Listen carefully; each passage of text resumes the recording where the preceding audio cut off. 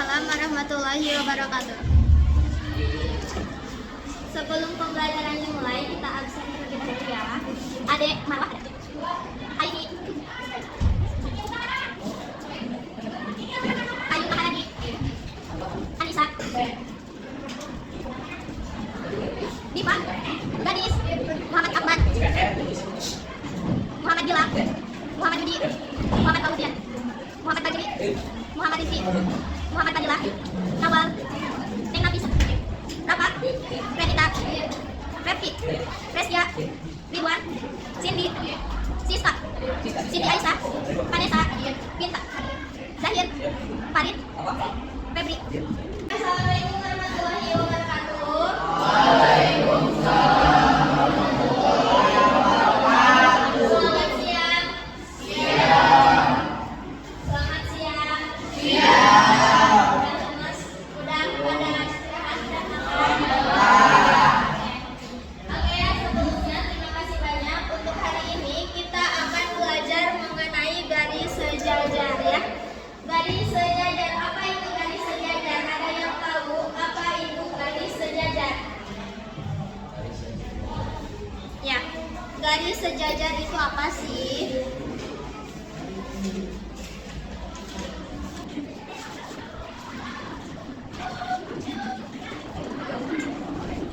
Coba bacakan, apa itu garis sejajar? Dua atau lebih dari garis sejajar dan memiliki jarak yang tepat. Oke, ini yang dimaksud dengan garis sejajar. Terus, kalau ada yang berpotongan, garisnya apa itu disebut dengan garis sejajar? Garis potong. Oh, Disebut garis sejajar atau tidak? ya. Tidak. Kenapa disebutnya bukan garis sejajar? Karena ada potongan, betul. Di sini saya akan gambarkan contoh antara garis sejajar dan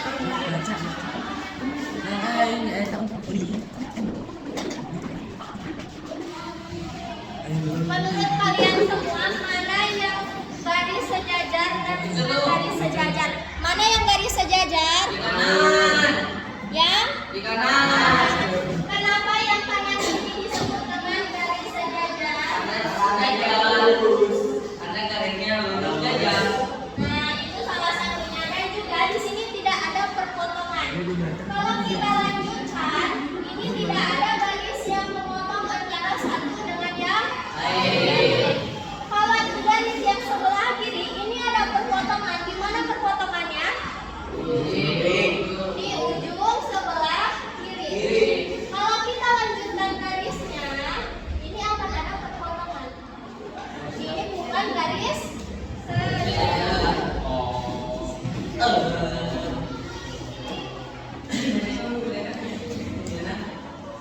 Karena ini bukan merupakan garis yang sejajar, kita akan mencari sudut-sudut antara garis yang bukan sejajar ini.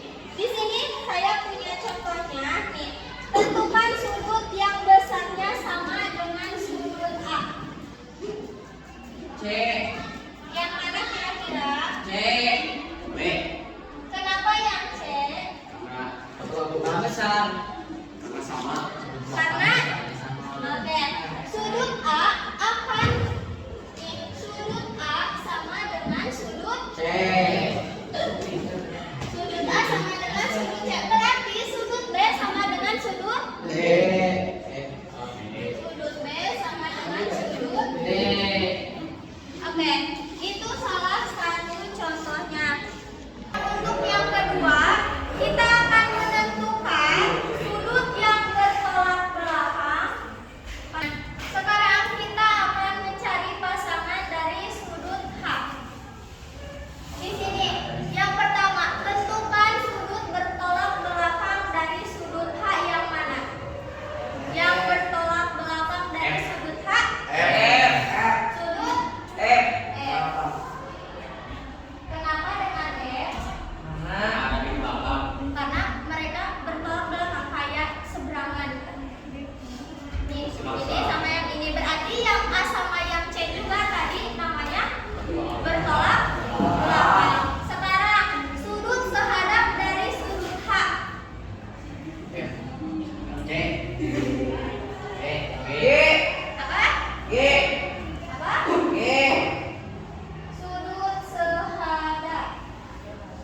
B, C, E, gerak cepat. H, ini H. So yang berhadapan dengan yang mana? C, G, Bukan. Kalau yang F namanya itu tolak belakang. bertolak belakang. Kalau sudut sehadap berarti G. sama. G, Ini berhadapan dengan apa? I, C, C, A, B, Dengan D. E. Kenapa dengan D? Karena mereka berhadapan. Di sini H dan di seberangnya ada A, D. Mereka berseberangan, beda titik, tapi mereka berhadapan, saling berhadapan. Berarti kalau H dengan D, kalau F dengan apa?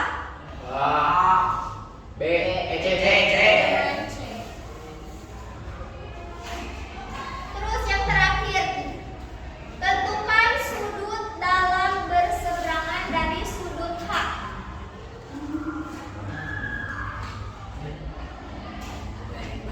Sekarang berseberangan. Ini H. Ini H. Kan kalau yang D ini namanya sehadap. Kalau sekarang ini berseberangan. B, C, E. B. Kenapa dengan B? Karena menyeberangi C. Hah? Kenapa? Menyeberang bang. Karena mereka kayak nyebrang gitu loh. Jadi di sini H, di sini mereka harus nyebrang dulu. Bukan dengan C. Kenapa enggak dengan C? Karena mereka masih satu kawasan. Masih satu kawasan. Kalau dengan B, dia harus menyeberangi satu garis dulu. Nih, satu garis berarti ini. Kalau F berarti sama apa? A, Sama A. E juga sama A. Ini contoh dari bertolak belakang. Kalau bertolak belakang tadi nih kayak yang tinggal nyebrang doang sedikit gitu ya. Masih satu sudut, masih satu garis. Beda titiknya aja, mereka harus nyebrang. Kalau yang sehadap itu, ini kan H dengan D, di sini H dan di sini D. Mereka harus menyeberang, tapi menyeberangnya yang garis ini, yang garis panjang yang memisahkan kedua garis. Jadi mereka harus ke sini dulu nih. Terus yang ketiga yaitu berseberangan. Nah, berseberangan itu H dengan B.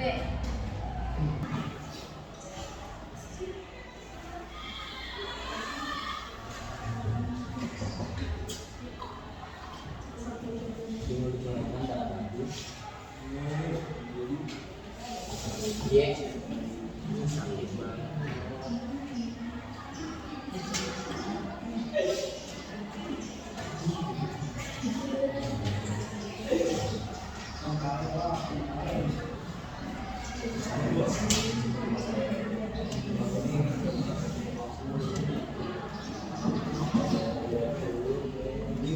Nih, keren ini. Contohnya ya, kita ulang. Ini di sini ada satu contoh di mana ada garis L dan garis M. Di mana garis L ini sejajar dengan garis M. Nih, kalau kalian ketemu dengan simbol ini artinya sejajar. Sejajar. Nah, kalau ada garis miring dua kali itu namanya sejajar. Lalu kita akan menentukan besar dari sudut X dan sudut Y. Di sini kita hanya mengetahui untuk garis L 130 derajat dan untuk garis M-nya ada 115 derajat. Bagaimana kita mengetahuinya? Nih, di sini kita harus tahu sudut dari yang sebelah sini. Kan semuanya ini ada 360 derajat. Yang 360 derajat berarti kalau setengah di kanan aja ada berapa derajat? 180 derajat. Berarti 115 ini kurang berapa derajat? 180. Coba hitung. 900. Setengah lingkaran itu 180 derajat. Di sini baru ditemukan seperempat dari setengahnya yaitu 115 derajat. Berarti yang garis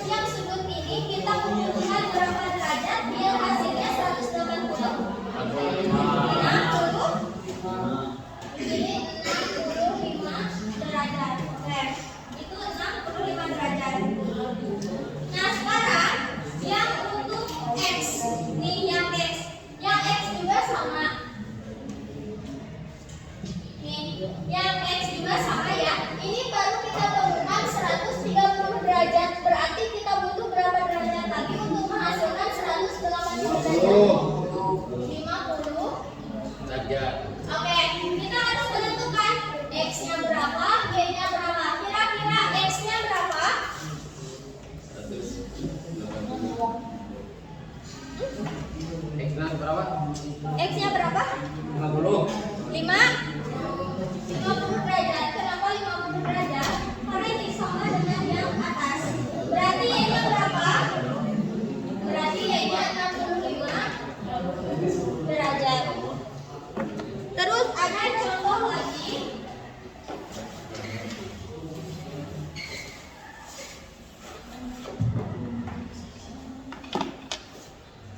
Ini bentuknya bukan bentuk garis lagi, tapi merupakan segi banyak.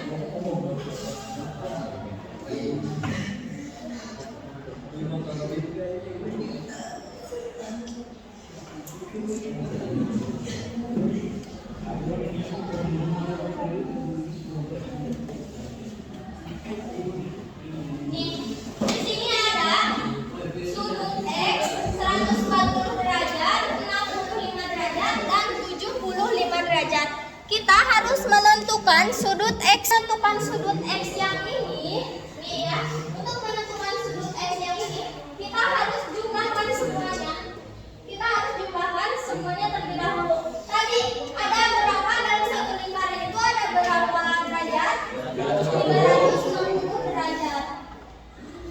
Berarti kalau ini kita harus menentukan berapa derajat lagi biar semuanya ada 360. Berarti kita jumlahkan aja 140 ditambah 75 ditambah 65 ditambah X sama dengan 360.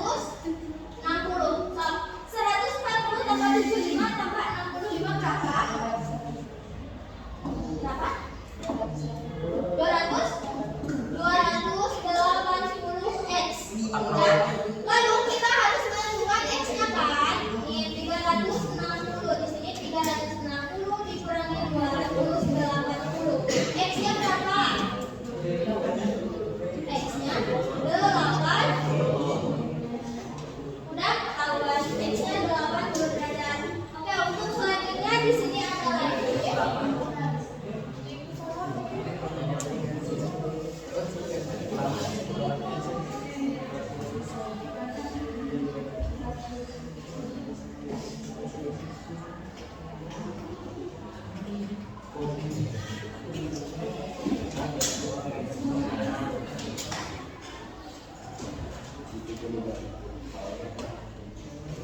Nih, lihat ini perbedaannya. Kan kalau ini semua angkanya di dalam satu bangun datar, ya. Segi banyak aja ini. Di dalam segi banyak. Kalau yang ini di luarnya segi banyak. Untuk caranya sama aja. Kita harus menentukan dulu semuanya itu ada 360 derajat. Berarti kalian harus menentukan berarti 110 ditambah 40 ditambah 50 nya. Sudut siku-siku ini berapa derajat? Ada yang tahu sudut siku-siku berapa derajat? Sudut siku-siku. 90. Sudut siku-siku berapa? 100. Sudut siku-siku. Nih sudut siku-siku tuh yang kayak gini.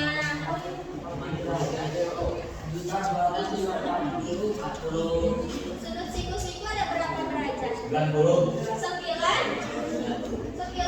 derajat. So, kalian jumlahkan semuanya biar ketahuan X-nya berapa.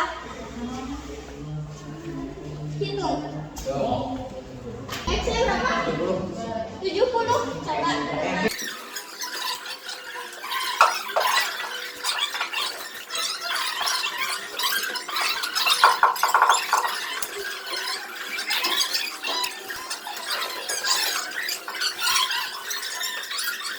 Caranya sama ya, kita tambahkan, terus kita kurangkan si yang 360 dengan 290 hasilnya 70.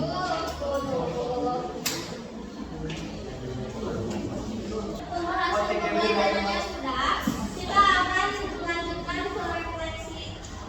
Untuk selanjutnya kita akan refleksi. Untuk refleksinya seperti biasa ya, kayak yang waktu kemarin-kemarin. Untuk refleksinya kita akan mengeluarkan lagi dan kita akan bagi lagi antara cewek dan juga saya akan menjelaskan sedikit mengenai media pembelajaran yang saya gunakan di dalam kelas nantinya. Nah, di sini ada ular tangga. Ular tangga ini sama seperti ular tangga pada umumnya ya.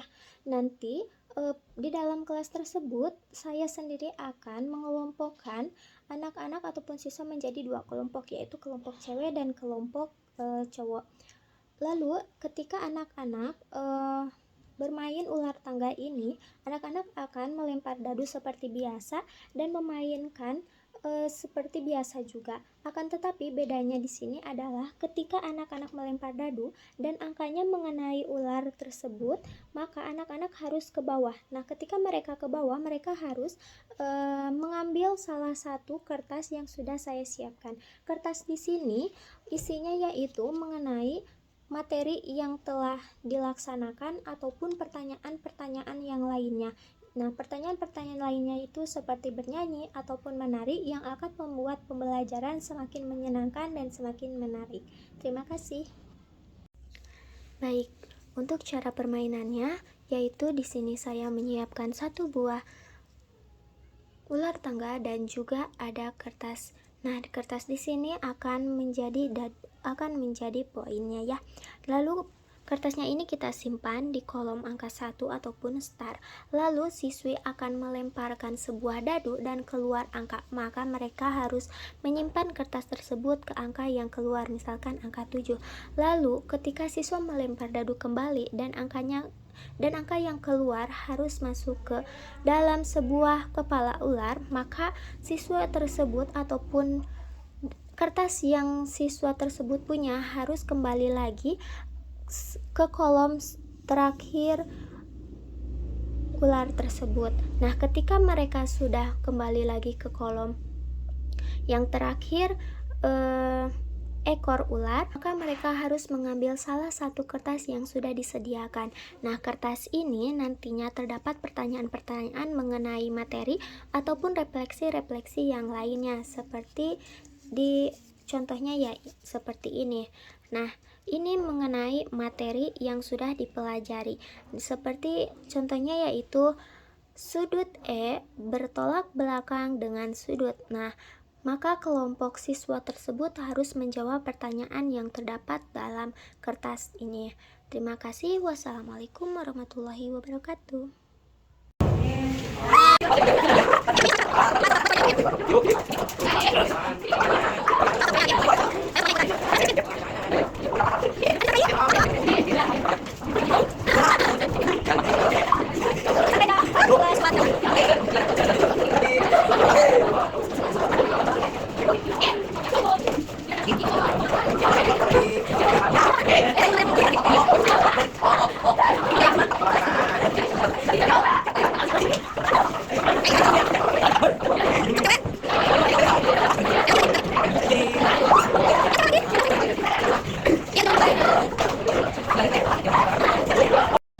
Alhamdulillahirrahmanirrahim, untuk pembelajaran hari ini telah kita laksanakan. Kita ucapkan hamdalah bersama-sama.